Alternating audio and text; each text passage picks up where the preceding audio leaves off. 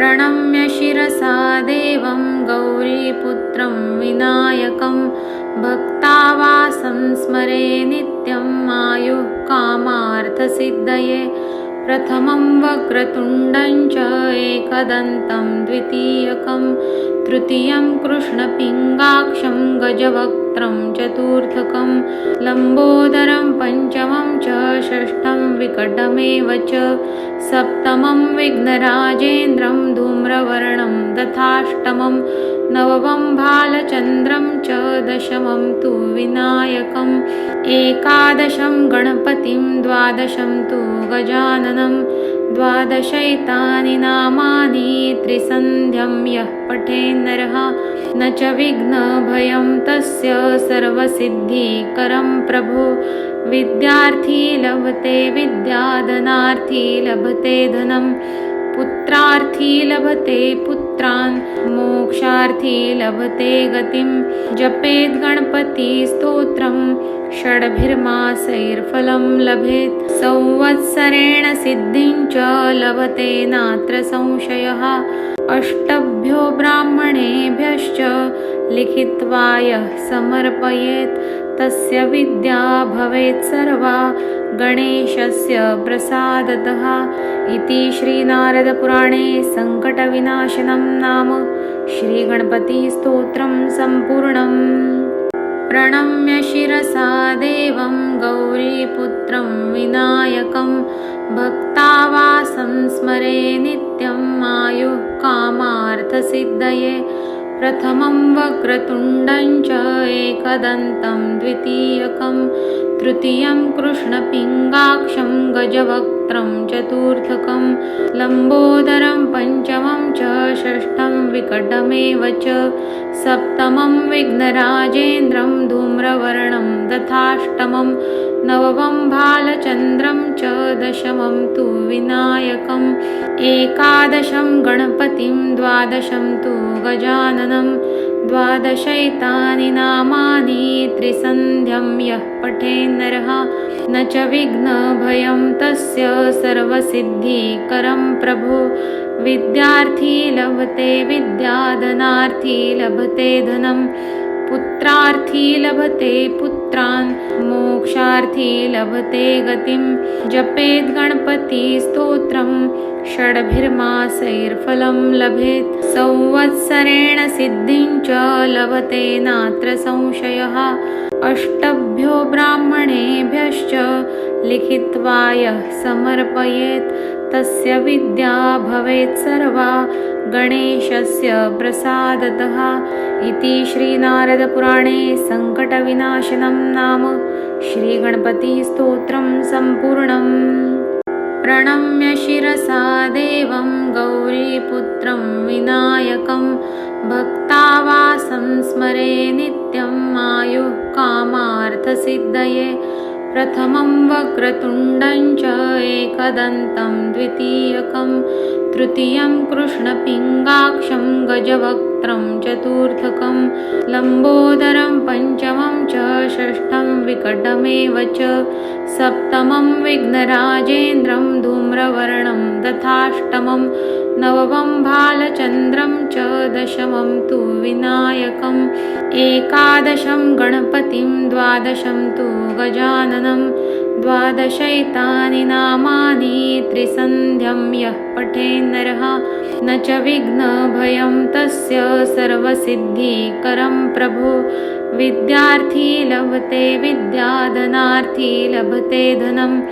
पुत्रार्थी लभते पुत्रान् मोक्षार्थी लभते गतिं। जपेद् गणपतिस्तोत्रं षड्भिर्मासैर्फलं लभेत् संवत्सरेण सिद्धिं च लभते नात्र संशयः। अष्टभ्यो ब्राह्मणेभ्यश्च लिखित्वा यः समर्पयेत् तस्य विद्या भवेत् सर्वा गणेशस्य प्रसादतः। इति श्रीनारदपुराणे सङ्कटविनाशनं नाम श्रीगणपतिस्तोत्रं सम्पूर्णम्। प्रणम्य शिरसा देवं गौरीपुत्रं विनायकं भक्तावासं स्मरे नित्यम् आयुः कामार्थसिद्धये। प्रथमं वक्रतुण्डं च एकदन्तं द्वितीयकं तृतीयं कृष्णपिङ्गाक्षं गजवक्त्रं चतुर्थकं लम्बोदरं पञ्चमं च षष्ठं विकटमेव च सप्तमं विघ्नराजेन्द्रं धूम्रवर्णं तथाष्टमं नवमं भालचन्द्रं च दशमं तु विनायकम् एकादशं गणपतिं द्वादशं तु गजाननं द्वादशैतानि नामानि त्रिसन्ध्यं यः पठेन्नरः न च विघ्नभयं तस्य सर्वसिद्धिकरं प्रभो विद्यार्थी लभते विद्या धनार्थी लभते धनं पुत्रार्थी लभते पुत्रान् मोक्षार्थी लभते गतिं जपेद् गणपतिस्तोत्रं षड्भिर्मासैर्फलं लभेत् संवत्सरेण सिद्धिं च लभते नात्र संशयः अष्टभ्यो ब्राह्मणेभ्यश्च लिखित्वा यः समर्पयेत् तस्य विद्या भवेत् सर्वा गणेशस्य प्रसादतः इति श्रीनारदपुराणे सङ्कटविनाशनं नाम श्रीगणपतिस्तोत्रं सम्पूर्णम्। प्रणम्य शिरसा देवं गौरीपुत्रं विनायकं भक्तावासं स्मरे नित्यं आयुः कामार्थसिद्धये प्रथमं वक्रतुण्डं च एकदन्तं द्वितीयकं तृतीयं कृष्णपिङ्गाक्षं गजवक्त्रं चतुर्थकं लम्बोदरं पञ्चमं च षष्ठं विकटमेव च सप्तमं विघ्नराजेन्द्रं धूम्रवर्णं तथाष्टमं नवमं भालचन्द्रं च दशमं तु विनायकम् एकादशं गणपतिं द्वादशं तु गजाननं द्वादशैतानि नामानि त्रिसन्ध्यं यः पठेन्नरः न च विघ्नभयं तस्य सर्वसिद्धिकरं प्रभो विद्यार्थी लभते विद्या धनार्थी लभते धनं पुत्रार्थी लभते पुत्रान् मोक्षार्थी लभते गतिं जपेद् गणपतिस्तोत्रं षड्भिर्मासैर्फलं लभेत् संवत्सरेण सिद्धिं च लभते नात्र संशयः अष्टभ्यो ब्राह्मणेभ्यश्च लिखित्वा यः समर्पयेत् तस्य विद्या भवेत् सर्वा गणेशस्य प्रसादतः इति श्रीनारदपुराणे सङ्कटविनाशनं नाम श्रीगणपतिस्तोत्रं सम्पूर्णम्। प्रणम्य शिरसा देवं गौरीपुत्रं विनायकं भक्तावासं स्मरे नित्यम् आयुः कामार्थसिद्धये प्रथमं वक्रतुण्डं च एकदन्तं द्वितीयकं तृतीयं कृष्णपिङ्गाक्षं गजवक्त्रं चतुर्थकं लम्बोदरं पञ्चमं च षष्ठं विकटमेव च सप्तमं विघ्नराजेन्द्रं धूम्रवर्णं तथाष्टमं नवमं भालचन्द्रं च दशमं तु विनायकम् एकादशं गणपतिं द्वादशं तु गजाननं द्वादशैतानि नामानि त्रिसन्ध्यं यः पठेन्नरः न च विघ्नभयं तस्य सर्वसिद्धिकरं प्रभो विद्यार्थी लभते विद्या धनार्थी लभते धनं पुत्रार्थी लभते पुत्रान् मोक्षार्थी लभते गतिं जपेद् गणपतिस्तोत्रं षड्भिर्मासैर्फलं लभेत् संवत्सरेण सिद्धिं च लभते नात्र संशयः अष्टभ्यो ब्राह्मणेभ्यश्च लिखित्वा यः समर्पयेत् तस्य विद्या भवेत् सर्वा गणेशस्य प्रसादतः इति श्रीनारदपुराणे सङ्कटविनाशनं नाम श्रीगणपतिस्तोत्रं सम्पूर्णम्। प्रणम्य शिरसा देवं गौरीपुत्रं विनायकं भक्तावासं स्मरे नित्यम् आयुः कामार्थसिद्धये प्रथमं वक्रतुण्डं च एकदन्तं द्वितीयकं तृतीयं कृष्णपिङ्गाक्षं गजवक्त्रं गजवक्त्रं चतुर्थकं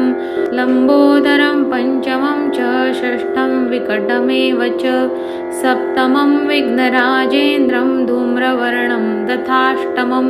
नवमं भालचन्द्रं च दशमं तु विनायकम् एकादशं गणपतिं द्वादशं तु गजाननं द्वादशैतानि नामानि त्रिसन्ध्यं यः पठेन्नरः न च विघ्नभयं तस्य सर्वसिद्धिकरं प्रभो विद्यार्थी लभते विद्या धनार्थी लभते धनं पुत्रार्थी लभते पुत्रान् मोक्षार्थी लभते गतिं जपेद् गणपतिस्तोत्रं षड्भिर्मासैर्फलं लभेत् संवत्सरेण सिद्धिं च लभते नात्र संशयः अष्टभ्यो ब्राह्मणेभ्यश्च लिखित्वा यः समर्पयेत् तस्य विद्या भवेत् सर्वा गणेशस्य प्रसादतः इति श्रीनारदपुराणे सङ्कटविनाशनं नाम श्रीगणपतिस्तोत्रं सम्पूर्णम्। प्रणम्य शिरसा देवं गौरीपुत्रं विनायकं भक्तावासं स्मरे नित्यम् आयुः कामार्थसिद्धये प्रथमं वक्रतुण्डं च एकदन्तं द्वितीयकं तृतीयं कृष्णपिङ्गाक्षं गजवक्त्रं चतुर्थकं लम्बोदरं पञ्चमं च षष्ठं विकटमेव च सप्तमं विघ्नराजेन्द्रं धूम्रवर्णं तथाष्टमं नवमं भालचन्द्रं च दशमं तु विनायकम् एकादशं गणपतिं द्वादशं तु गजाननं द्वादशैतानि नामानि त्रिसन्ध्यं यः पठेन्नरः न च विघ्नभयं तस्य सर्वसिद्धिकरं प्रभो विद्यार्थी लभते विद्या धनार्थी लभते धनं पुत्रार्थी लभते पुत्रान् मोक्षार्थी लभते गतिं जपेद् गणपतिस्तोत्रं षड्भिर्मासैर्फलं लभेत् संवत्सरेण सिद्धिं च लभते नात्र संशयः अष्टभ्यो ब्राह्मणेभ्यश्च लिखित्वा यः समर्पयेत् तस्य विद्या भवेत् सर्वा गणेशस्य प्रसादतः इति श्रीनारदपुराणे सङ्कटविनाशनं नाम श्रीगणपतिस्तोत्रं सम्पूर्णम्। प्रणम्य शिरसा देवं गौरीपुत्रं विनायकं भक्तावासं स्मरे नित्यम् आयुः कामार्थसिद्धये प्रथमं वक्रतुण्डं च एकदन्तं द्वितीयकं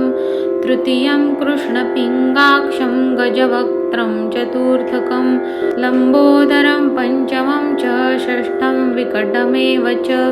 सप्तमं विघ्नराजेन्द्रं धूम्रवर्णं तथाष्टमं नवमं भालचन्द्रं च दशमं तु विनायकम् एकादशं गणपतिं द्वादशं तु गजाननं द्वादशैतानि नामानि त्रिसन्ध्यं यः पठेन्नरः न च विघ्नभयं तस्य सर्वसिद्धिकरं प्रभो विद्यार्थी लभते विद्या धनार्थी लभते धनं पुत्रार्थी लभते पुत्रान् मोक्षार्थी लभते गतिं जपेद् गणपतिस्तोत्रं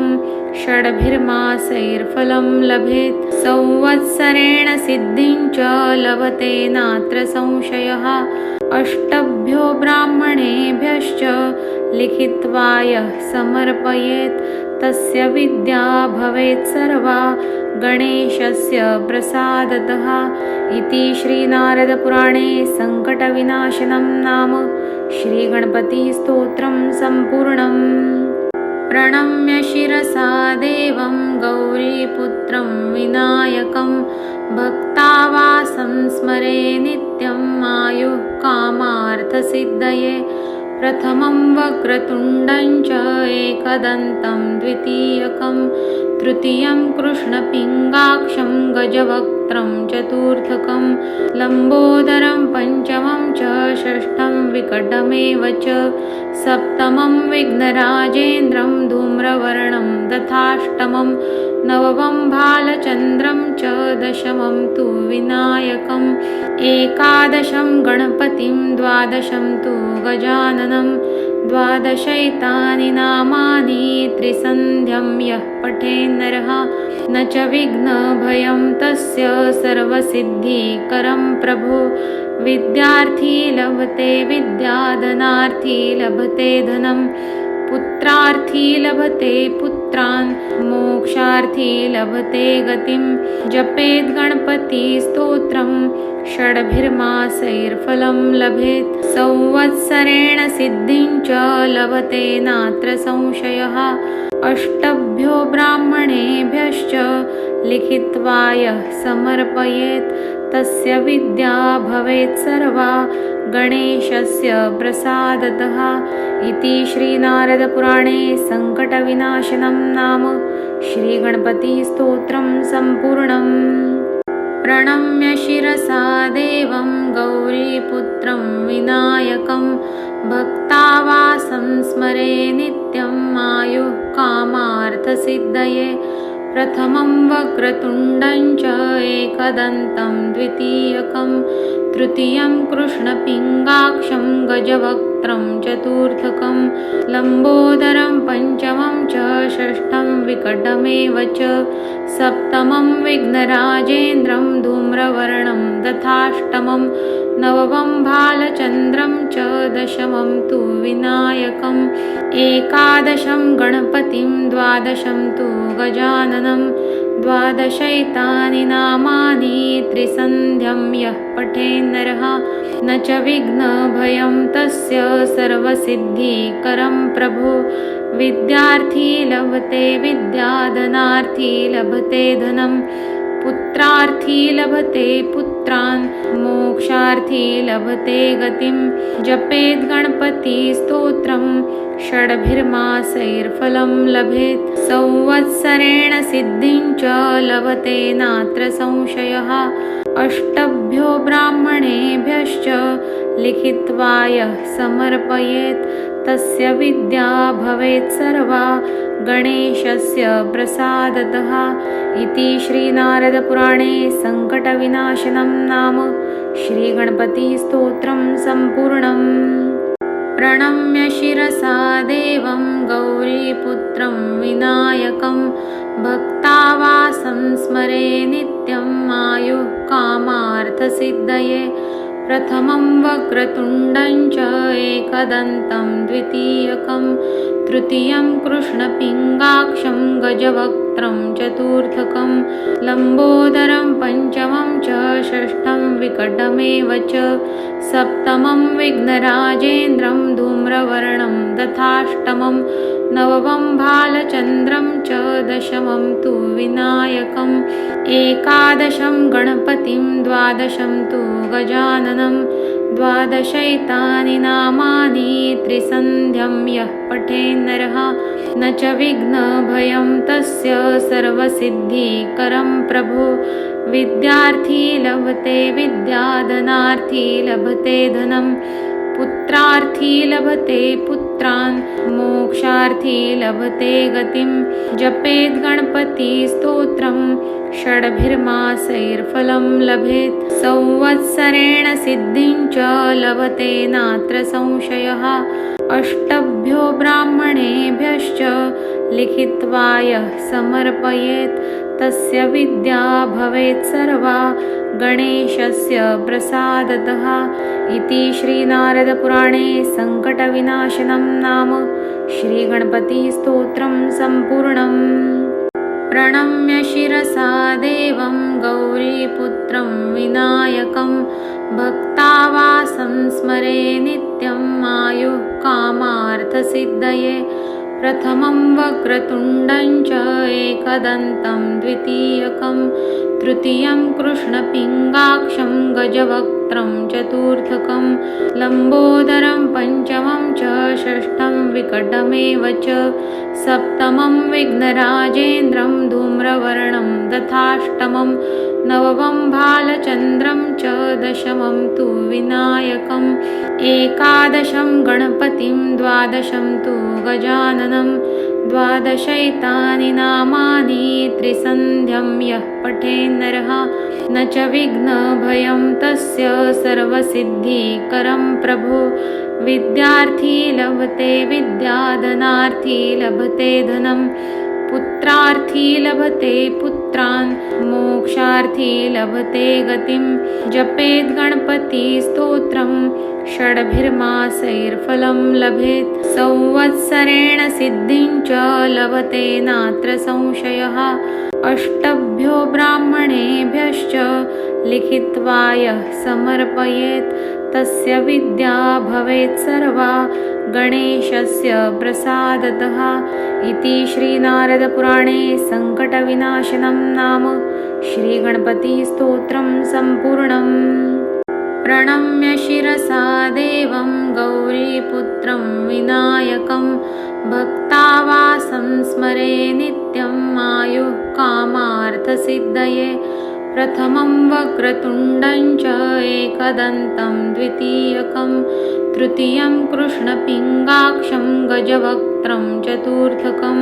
लम्बोदरं पञ्चमं च षष्ठं विकटमेव च सप्तमं विघ्नराजेन्द्रं धूम्रवर्णं तथाष्टमं नवमं भालचन्द्रं च दशमं तु विनायकम्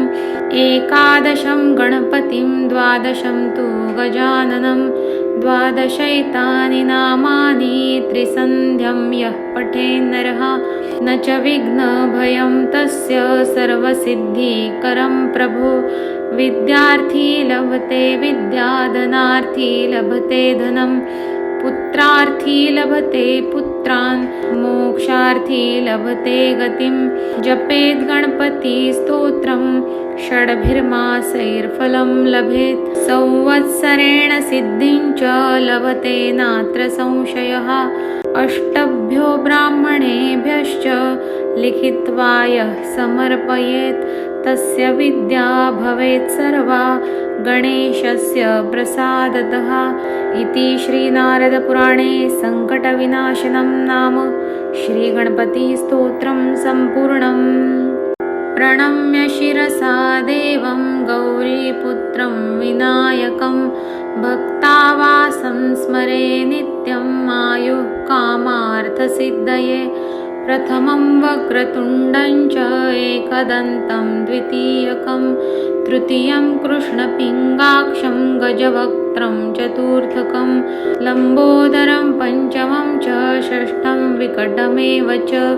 सप्तमं विघ्नराजेन्द्रं धूम्रवर्णं तथाष्टमं नवमं भालचन्द्रं च दशमं तु विनायकम् एकादशं गणपतिं द्वादशं तु गजाननं द्वादशैतानि नामानि त्रिसन्ध्यं यः पठेन्नरः न च विघ्नभयं तस्य सर्वसिद्धिकरं प्रभो विद्यार्थी लभते विद्या धनार्थी लभते धनं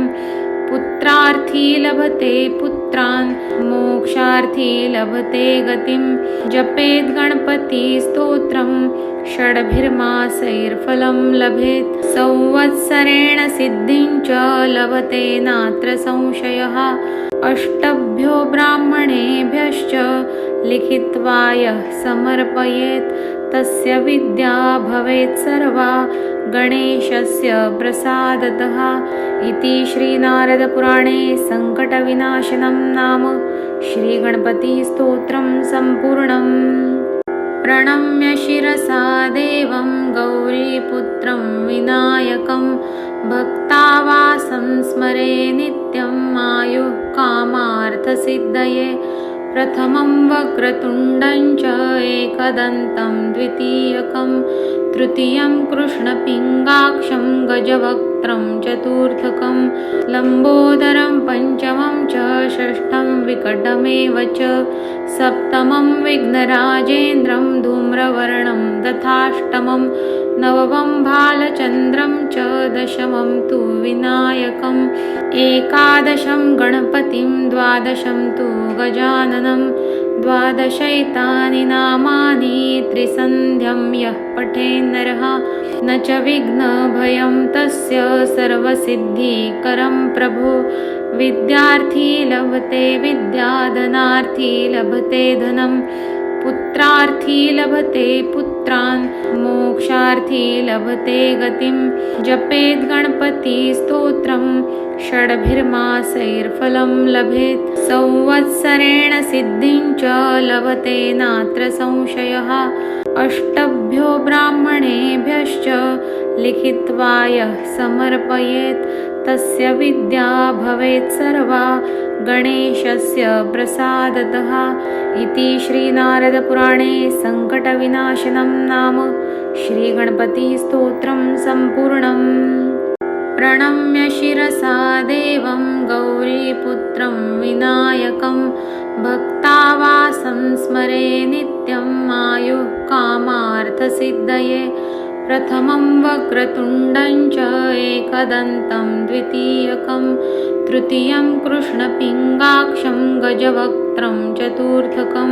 लम्बोदरं पञ्चमं च षष्ठं विकटमेव च सप्तमं विघ्नराजेन्द्रं धूम्रवर्णं तथाष्टमं नवमं भालचन्द्रं च दशमं तु विनायकम्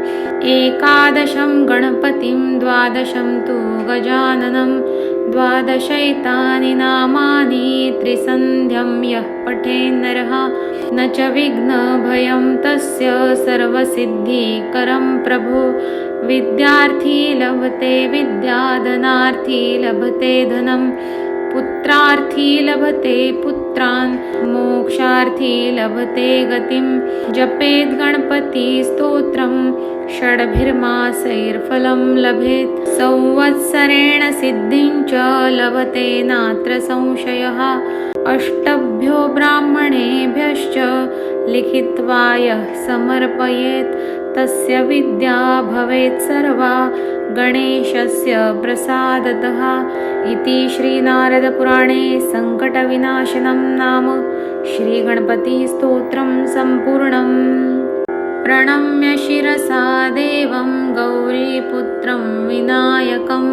भक्तावासं स्मरे नित्यम् आयुः कामार्थसिद्धये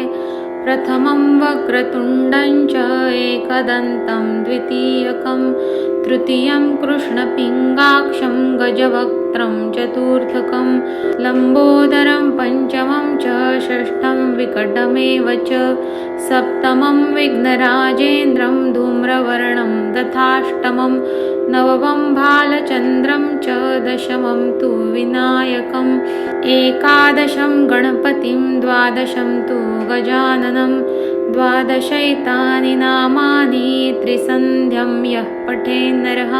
न च विघ्नभयं तस्य सर्वसिद्धिकरं प्रभो विद्यार्थी लभते विद्याधनार्थी लभते धनं पुत्रार्थी लभते पुत्रान् मोक्षार्थी लभते गतिं जपेद् गणपतिस्तोत्रं षड्भिर्मासैर्फलं लभेत् संवत्सरेण सिद्धिं च लभते नात्र संशयः अष्टभ्यो ब्राह्मणेभ्यश्च लिखित्वा यः समर्पयेत् तस्य विद्या भवेत् सर्वा गणेशस्य प्रसादतः इति श्रीनारदपुराणे सङ्कटविनाशनं नाम श्रीगणपतिस्तोत्रं सम्पूर्णम्। प्रणम्य शिरसा देवं गौरीपुत्रं विनायकं भक्तावासं स्मरे नित्यम् आयुः कामार्थसिद्धये प्रथमं वक्रतुण्डं च एकदन्तं द्वितीयकं तृतीयं कृष्णपिङ्गाक्षं गजवक्त्रं चतुर्थकं लम्बोदरं पञ्चमं च षष्ठं विकटमेव च सप्तमं विघ्नराजेन्द्रं धूम्रवर्णं तथाष्टमं नवमं भालचन्द्रं च दशमं तु विनायकम् एकादशं गणपतिं द्वादशं तु गजाननं द्वादशैतानि नामानि त्रिसन्ध्यं यः पठेन्नरः न च विघ्नभयं तस्य सर्वसिद्धिकरं प्रभो विद्यार्थी लभते विद्याधनार्थी लभते धनं